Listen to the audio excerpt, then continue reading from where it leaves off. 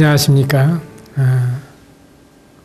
오늘도 신명기 16장, 17장을 통해서 교훈을 받고자 합니다. 하나님께서는 유월절이라든가 무교절, 그리고 오순절, 속죄일, 나팔절, 초막절 등등의 여러 가지 절기를 주셨습니다. 그 절기는 각각 예수 그리스도께서 우리를 위해서 해주실 또는 해주신 놀라운 일들을 말씀해 주십니다.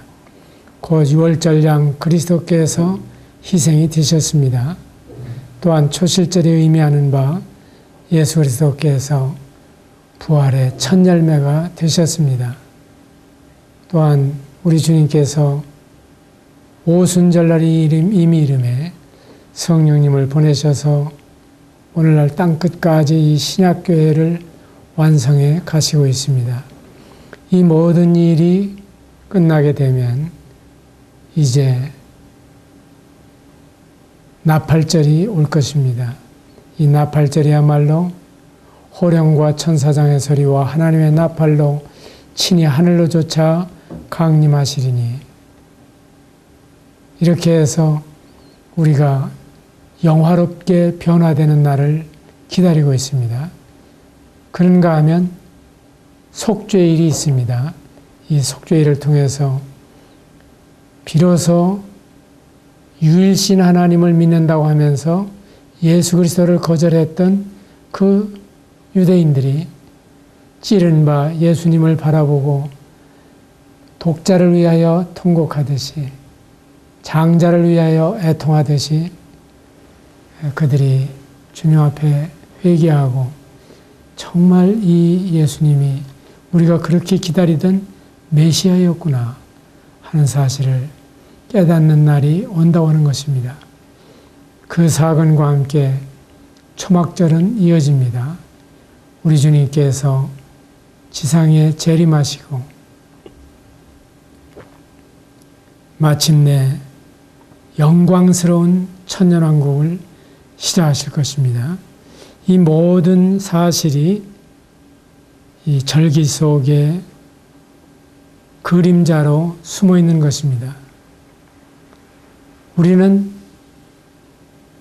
창세기로부터 계시록까지 모든 사건이나 모든 인물이나 모든 상징들이 예수 그리스도를 가리키고 있다고 하는 사실에 놀라게 되는 것입니다. 그리고 우리가 성경을 공부하면서 그 성경에서 예수 그리스도를 발견하지 못한다고 하면 이것이야말로 헛된 일입니다. 만일에 우리가 어마어마한 저택을 구경하면서 야, 참 이 집이 놀랍구나. 어쩌면 저렇게 웅장하게 지었을까? 어떻게 저렇게 화려하게 지었을까? 하면서 이 집엔 누가 살까 하는 사실에 대해서 아무것도 모르고 있다고 하면 그 얼마나 헛된 일입니까? 우리가 고궁에 들어가도 여기는 옛날에 임금님이 살던 곳이야. 그리고 이 궁궐에는 태조부터 태종, 태세 임금들이 살았고, 그 다음에 이 궁궐에는 임진왜란에 대궐이 소실된 다음에 바로 광해군 선조 이후부터 거처하던 궁궐이다. 이런 사실을 우리가 알고 거기에서 그 궁궐의 의미를 더 가까이 느끼지 않습니까? 우리는 그냥 텅 빈 공간을 보고 있는 것이 아니라 이 건물에, 그리고 이 모든 사건의 주인공이 누구냐를 보는 것처럼 성경에 기록된 모든 것은 예수 그리스도를 주인공으로 말씀해 주시는 것입니다. 저는 때때로 제 누님 중에 외동딸을 두신 누님이 계시는데, 그 누님은 그렇게 대단한 학교를 나온 조카가 아니지만은 그 자기 딸에 대한 자랑을 그렇게 많이 가지고 있습니다. 그리고 인물이 1등도 아니지만은 인물에 대해서도 내 딸만한 사람이 없지 하는 식으로 자랑을 하십니다. 저는 그 심정을 이해합니다. 무남동녀에 대한 어머니의 사랑이 얼마나 지극하며, 그리고 때때로는 그런 무남동녀가 미울수록 더 불쌍합니다. 못생겼을수록 더 딱합니다. 그리고 공부를 못할수록 더 불쌍합니다. 그것이 부모의 마음인 것처럼 하나님 아버지의 마음 가운데에는 전혀 흠잡을 데가 없는 그의 아드님에 대해서 어떻게 보여줄까 하는 것이 하나님의 소원이었습니다. 그래서 너희가 성경에서 영생을 얻는 줄 생각하고 이 성경을 상고하거니와 이 성경이 곧 예수 그리스도에 대해서 증거하는 것이라고 우리에게 말씀해 주시는 것입니다. 17장에서 하나님께서는 우상 숭배와 흠 있는 제물을 금하셨습니다. 그리고 우상 숭배하는 이와 같은 자들에 대해서는 돌로 쳐 죽이라고 말씀해 주시고 있는 것입니다. 우리가 생각할 때는 상당히 가혹해 보입니다. 우상 숭배가 뭐길래 이렇게 혹독하게 징벌하라고 말씀하십니까? 이것은 바로 만왕의 왕이신 하나님, 창조주이신 하나님, 전능자이신 하나님에 대한 대적이기 때문에 하나님께서는 강력하게 말씀해 주시는 것입니다. 그것뿐만 아니라 왕이 된 사람은 말을 많이 두어서는 안 된다고 말씀해 주시고 있습니다. 이상한 말씀이죠. 오늘날 세계적으로 군비 확장에 혈안이 되어 있습니다. 인류는 지금 자멸의 위기에 처해 있습니다. 지구를 몇 번 불사르고도 남을 만큼의 핵무기가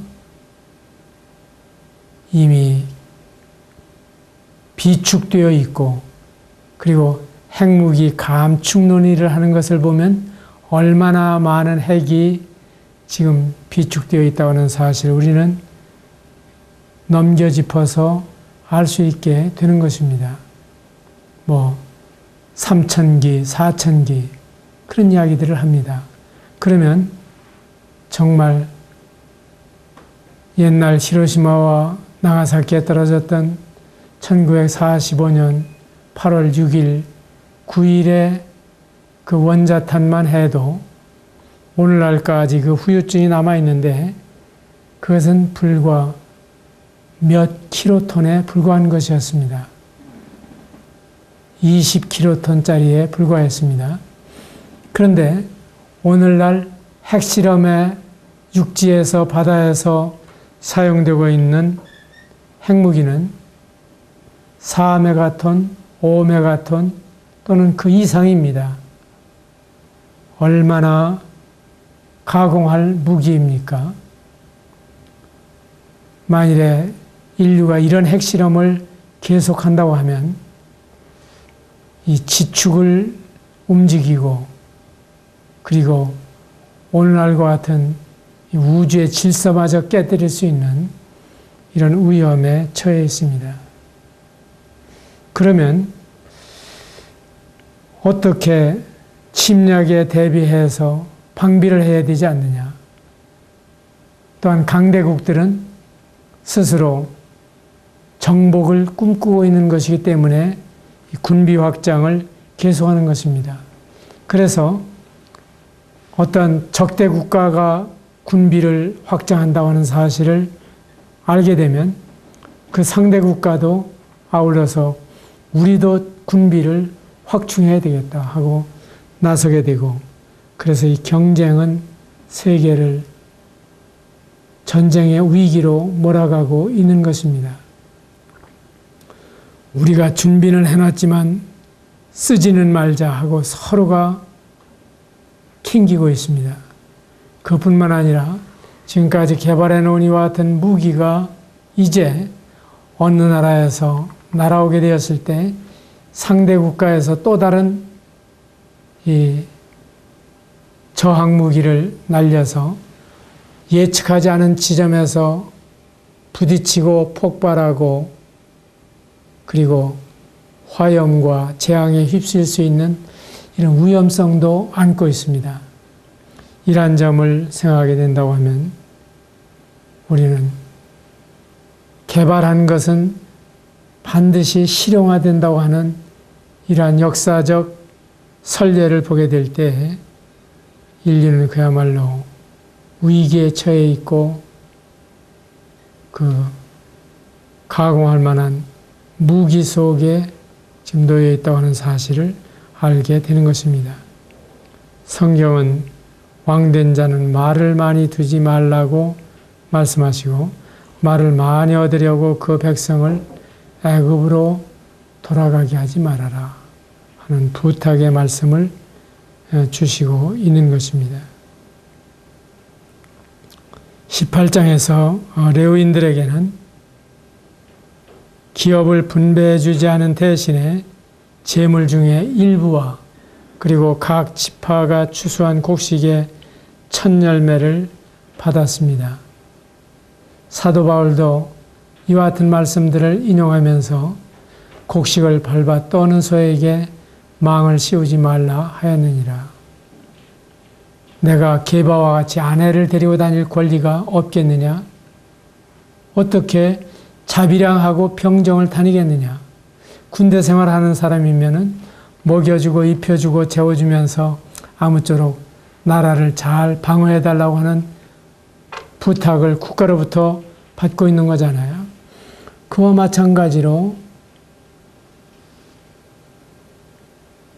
모든 성도가 다 주님의 일꾼이지만 주와 복음을 위해서 생업을 특별히 갖지 아니하고 전심전력하는 이와 같은 일꾼이 있다고 하면 그 일꾼을 여러 성도들이 도와서 함께 살아갈 수 있도록 하는 것이 마땅하다. 바로 이것이 이스라엘이 그들에게 드렸던 첫 열매였습니다. 그리고 그들이 드렸던 연보였습니다.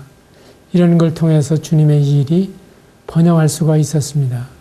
그런데 느헤미야 시대에 보게 되면은 이스라엘이 마땅히 드려야 할 헌물을 드리지 아니함으로 말미암아 그 성전을 돌보는 사람들이 먹고 살 수가 없으니까 다 일터로 달아나 버렸습니다.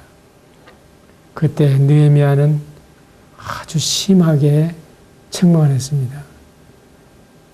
그리고 나서 다시 한번 일꾼들을 제자리에 세우고 그리고 성도들을 격려했을 때 마침내 그 일이 회복되는 것을 볼 수가 있습니다. 하나님의 일이 돈만 가지고 되는 것이 아니지만 돈 없이 되는 것도 아닙니다. 다만 그 돈이 성도들의 자원한 헌신을 통해서 이루어진다고 하는 사실을 말씀해 주시고 있는 것입니다. 이와 같은 말씀을 하시면서 신명기 18장 15절에는 네 하나님 여호와께서는 너희 중 네 형제 중에서 나와 같은 선지자 하나를 너를 위하여 일으키시리니 하는 말씀을 보게 됩니다. 네 형제 중에서 나와 같은 선지자 한 사람을 일으키신다. 이 한 사람의 선지자는 누구입니까? 바로 예수 그리스도를 말씀해 주시고 이 선지자를 일으키실 때에 너희는 무엇이든지 그 모든 말씀을 들으라고 우리에게 당부해 주십니다. 예수님이 말씀하신 것은 하나도 거짓된 것이 없습니다. 하나도 이루어지지 않을 말씀이 없습니다. 그렇기 때문에 주 하나님이 너희를 위하여 너희 형제 가운데에서 나 같은 선지자 하나를 일으키리니 그 하나, 유일무이한 하나는 바로 예수 그리스도를 가리키고 있는 것입니다. 그리고 19장에 보게 되면은 새 도피성을 지정해 주셨는데 요단강을 중심으로 해서 동쪽에도 새 성읍, 서쪽에도 새 성읍을 주셨습니다. 그런데 여기에 말씀하시고 있는 그 도피성의 위치를 보게 되면 거기야말로 교통이 가장 편리하고 그리고 요단강을 따라 저지대이고 그리고 이스라엘 전역에서 어디에서나 거의 등거리라고 할 수 있는 이와 같은 위치에 이 도피성을 지정하신 것입니다. 이러한 사실을 보게 될 때 정말 하나님께서는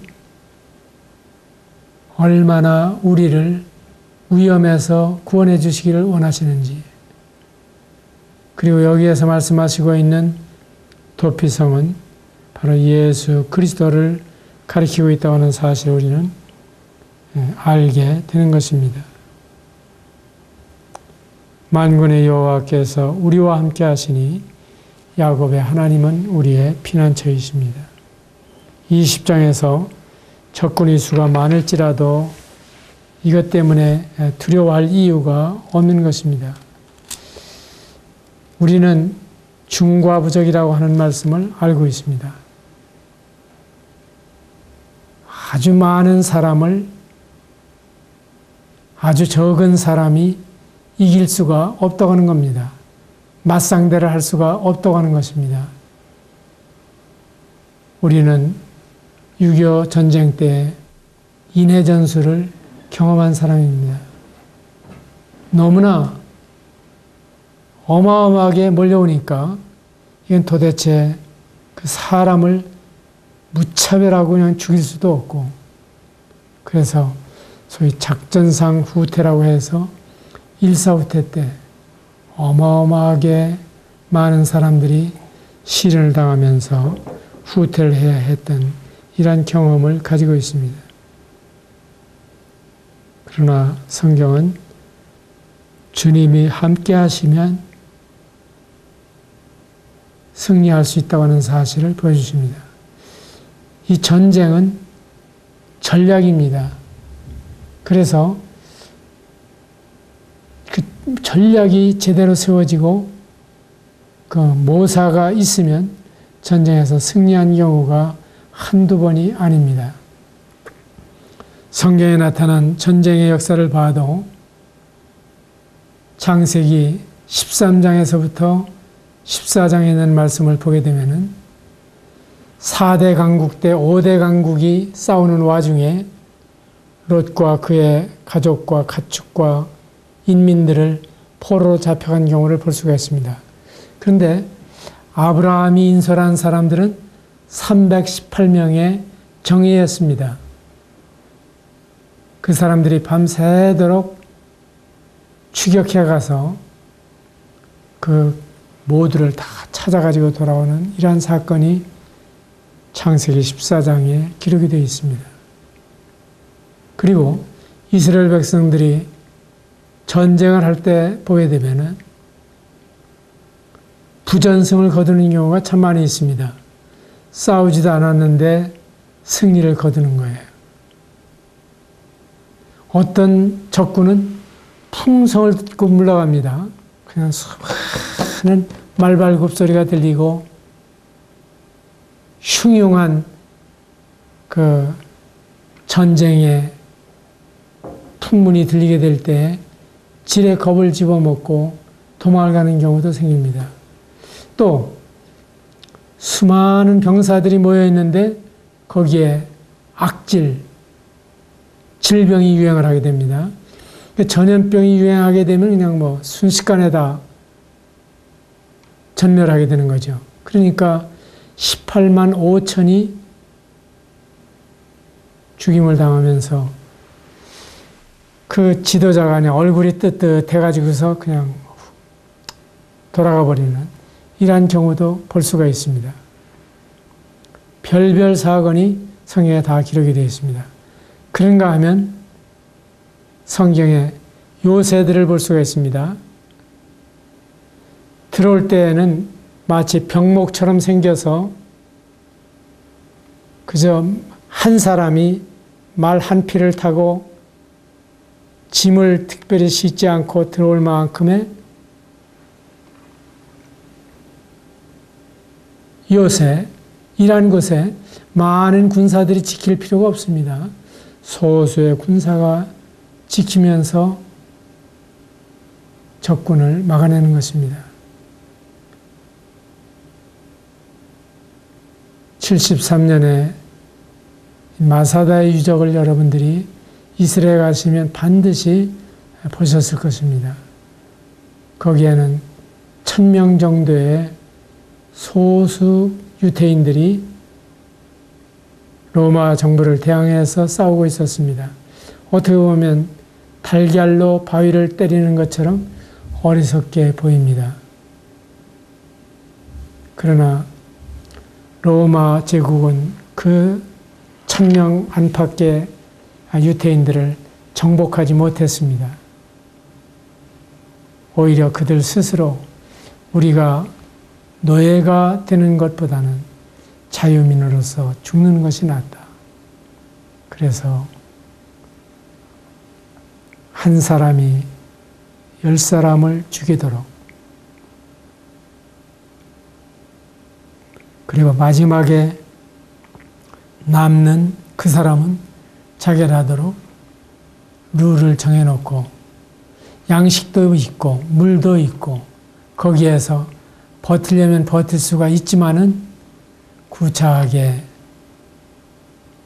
남아있지 아니하고 죽음으로써 그들의 민족과 자유에 대해서 얼마나 갈망하고 있는지를 수천 년이 지나도록 우리에게 말해주고 있는 것입니다.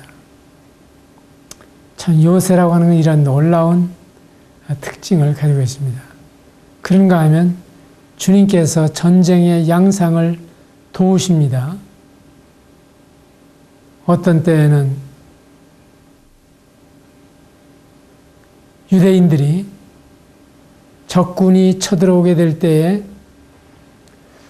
그 적군이 아침에 내를 건너려고 이렇게 딱 보니까 냇물이 핏빛으로 흘러갑니다. 아마 이 광선의 반사나 이런 데에서부터 온 현상이었겠죠.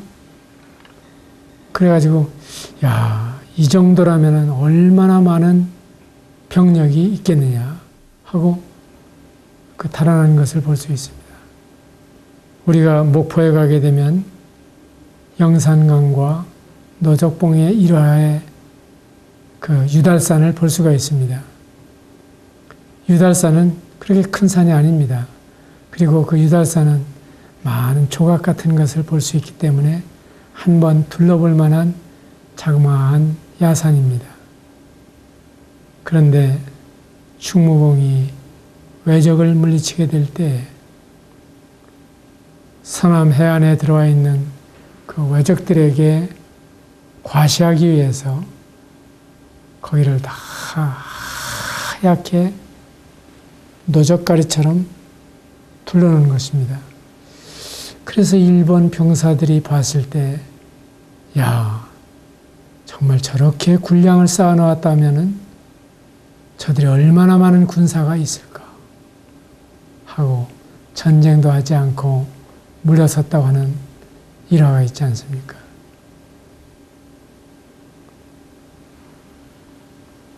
을지문덕 장군의 청천강 싸움에서도 살수대첩에서도 그런 놀라운 일화를 볼 수 있지 않습니까? 하나님께서 그 백성이 잘못되지 않았다면 하나님께 가리이까 말리이까 물을 때 갈 수 있도록, 가지 말도록 결정해 주실 것입니다. 그리고 많은 군대가 아니라 할지라도 능히 이길 수 있도록 도와주실 것입니다. 이 모든 일에 대해서 유대인에게는 확신을 가지고 있어야 된다고 말씀해 주시는 것입니다. 21장에서 만일에 살인사건이 생겼다. 그렇지 않으면 꼭 살인이 아니더라도 시체가 길에 놓여 있다. 그럴 때에는 어떻게 해야 되느냐 하는 판결이 21장에 나타나 있습니다. 만일에 어느 경계지역에 그러한 시신이 있다고 하면 그 시신은 바로 가까운 곳, 그 관청이 가까운 곳으로 그 처리를 일임을 하고 그 다음에 조사를 하도록 하고 이렇게 하나님께서 말씀해 주십니다. 그런데 아무도 이 시신에 대한 정보를 가지고 있지 못하고 더 이상 수사를 할 수가 없다. 그럴 때에는 누구의 죄인지 모르지만 그 죄를 사해 주시도록 속죄 제물을 드리면서 아는 바가 없다고 맹세해야 되는 것을 가르칩니다. 우리는 때때로 알아도 모른다 그러죠. 몰라야 편하니까. 그리고 주님께서도 아버지여 저희를 사하여 주옵소서 자기 하는 것을 알지 못함이니이다 라고 기도하신 것은 바로 여기에서 말씀하고 있는 우리 주님이 속죄 제물이 되시면서 우리의 죄를 담당하심으로 말미암아 알고 지은 죄, 모르고 지은 죄를 다 용서해 주시는 크신 하나님의 사랑을 보여주시고 있는 것입니다.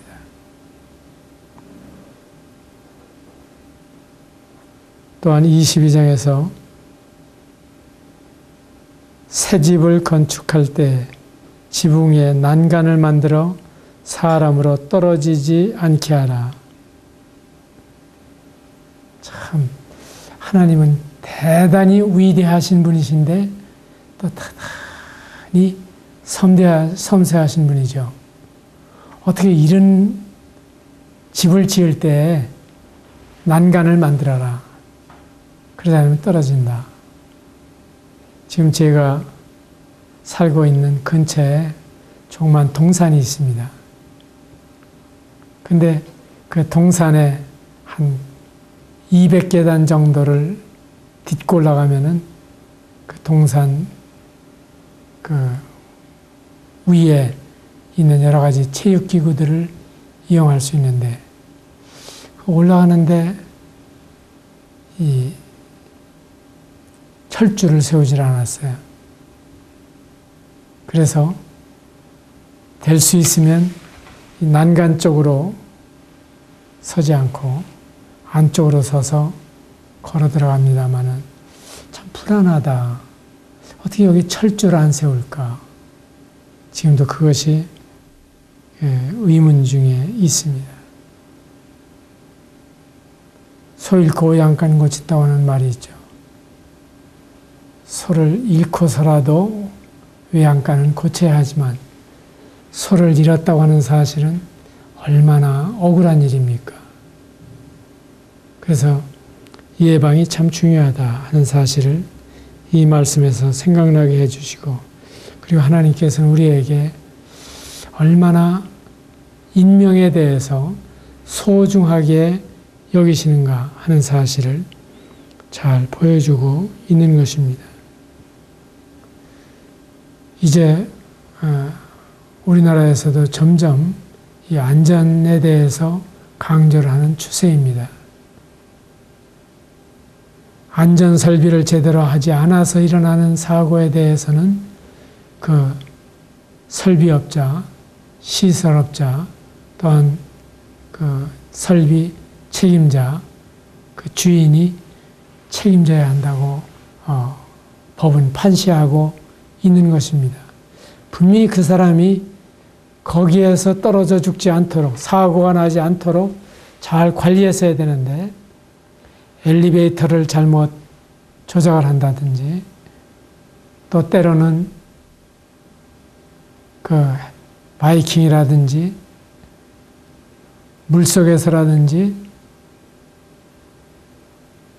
또한 하늘에서라든지 일어나는 많은 사고들을 볼 수 있습니다. 뉴스를 들어보니까 그 열차가 서야 할 역을 기관사가 놓쳐서 그대로 지나쳤다. 그런 이야기가 가끔 들립니다. 그래서 속으로는 그래, 사람이 실수 안 할 수 있겠나 하면서도 어떻게 이렇게 고도로 훈련을 받은 그리고 경력 운전사, 조정사들이 그런 실수를 하게 될까? 어떻게 그 열차가 서게 되는 그 역을 지나쳐서 깜박 잊고 그 다음 정류장에 섰다고 하는 이야기를 할 수가 있을까? 그렇지만 그것이 사실이기 때문에 만일에 여러분들이 차에 타게 된다고 하면 안전벨트를 꼭 매시기 바랍니다. 하나님의 뜻입니다.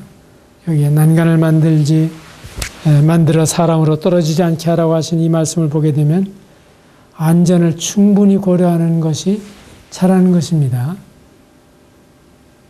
그리고 산업재해에서 다른 부위는 몰라도 이 머리를 건드리게 되면은 이건 완전히 몸의 사령탑이기 때문에 많은 어려움이 있는 것을 알게 되죠. 사물을 제대로 분별할 수 없고 언어의 능력을 상실하게 되고 시청각적인 능력도 상실하게 되고 별별 일들이 다 일어나지 않습니까? 그렇기 때문에 이런 경우에도 기록을 가지고 있는 것이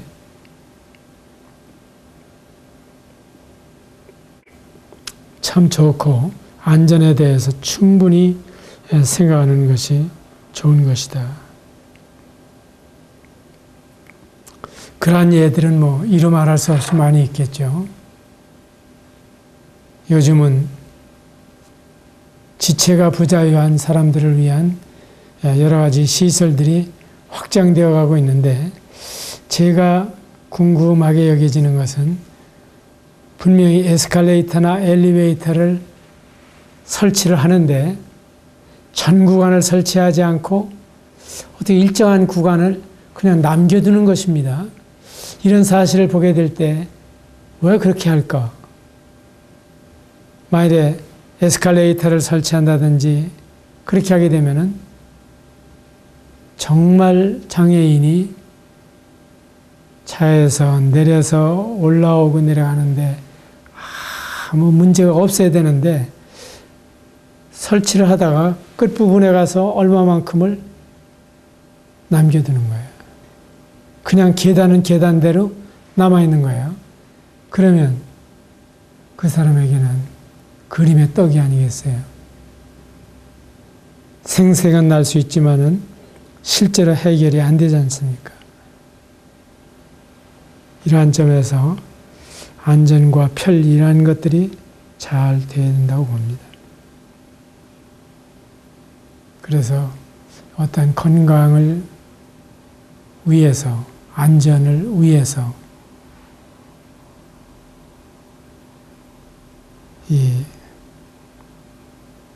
특별히 시설을 한다든가 설비를 한다든가 이러할 때 유의해야 할 것입니다. 복지국가일수록 이러한 점에 있어서 잘 되어가고 있는 모습을 보게 됩니다. 어떤 할머니는 그 음식점에 가서 커피를 마시다가 손을 대었습니다. 그런데 그 손댄 할머니가 주인에게 손해를 배상하라고 청구를 했습니다. 우리의 상식 같으면 자기가 조심할 거지 무슨 커피 마시다가 손을 대었다고 업주한테 청구를 할까. 그러나 미국에서 그 판결은 배상을 하는 것이 옳다고 내려졌습니다. 이러한 점에 있어서 우리가 생각해야 할 문제가 있는 것입니다. 사람을 존중하고 그리고 사람에게 생명과 상해에 문제가 없도록 잘 돌보는 것이 하나님의 뜻이기 때문에 이러한 점에서 주님은 이러한 말씀을 우리에게 주시고 있는 것입니다. 23장에서는 성불구자나 사생자나 그다음에 암몬 사람이나 모압 사람 이러한 사람들은 시민권을 가질 수가 없도록 했습니다. 여기에 비하면 지금 세계의 시민권 획득은 비교적 쉬운 거예요. 몇 년간 과오 없이 잘 지내면 대개는 시민권을 얻죠. 또 언어를 웬만큼 하면 시민권을 얻죠. 기술이 웬만하면은 시민권을 얻습니다. 24장에는 정당한 사유가 있으면 이혼할 수 있고 그리고 정당한 사유에 대해서 이혼을 한 사람이 재혼할 수가 있지만은 이혼 당사자 간에는 재혼할 수 없다. 이러한 원칙을 주시고 있습니다. 이러한 원칙이 의미하고 있는 것을 다 이해할 수 없지만 한 가지 분명한 것은 인간의 완악함을 인하여 이혼 증서를 주라고 했지만 본래 하나님께서는 일남일녀로 인생을 창조하시고 한 몸이 되라고 우리에게 기대를 하시기 때문에 결코 이혼은 어떤 경우에도 차선이지 최선이 아니며 이것은 결코 하나님의 뜻이 아니라 인간의 부패와 인간의 허물에 대한 하나님의 양보일 뿐이라고 하는 사실을 성경은 말씀해 주시고 있는 것입니다. 그래서 주님께서는 사람이 아무 연고를 물론하고 그 아내를 내어버리는 것이 옳습니까? 하고 질문하는 자에게 그렇지 않다. 사람이 그 부모를 떠나서 아내에게 합하여 그 둘이 한 몸이 될지니라 하신 것을 읽지 못하였느냐. 이제 둘이 아니요 한 몸이니 그러므로 하나님이 짝지어 주신 것을 사람이 나누지 못할지니라. 이러한 자세로 우리가 신중하게 결혼해야 되고 신중하게 서로를 행복하게 해주기 위해서 살아가야 하는 것입니다. 상대방이 행복할 때 나도 행복해집니다. 그것이 서로를 행복하게 하는 방법입니다. 내가 행복하게 하려고 상대방에게 불만을 토로하고 요구하게 될 때에는 나 자신도 그만큼 불만스러워지고 불행해지지만은 그러나 상대방을 행복하게 해주려고 하는 자세를 가지고 있을 때에는 무거운 것이 무거운 것이 아니고 힘든 것이 힘든 것이 아니라 오히려 사랑의 수고를 통해서 행복을 경험하게 해 주시는 것입니다. 성경이 말씀하시고 있는 것은 이혼은 결코 근본적인 하나님의 뜻이 아니라고 하는 사실을 우리가 이 시간을 통해서 명심하시면 좋겠습니다. 감사합니다.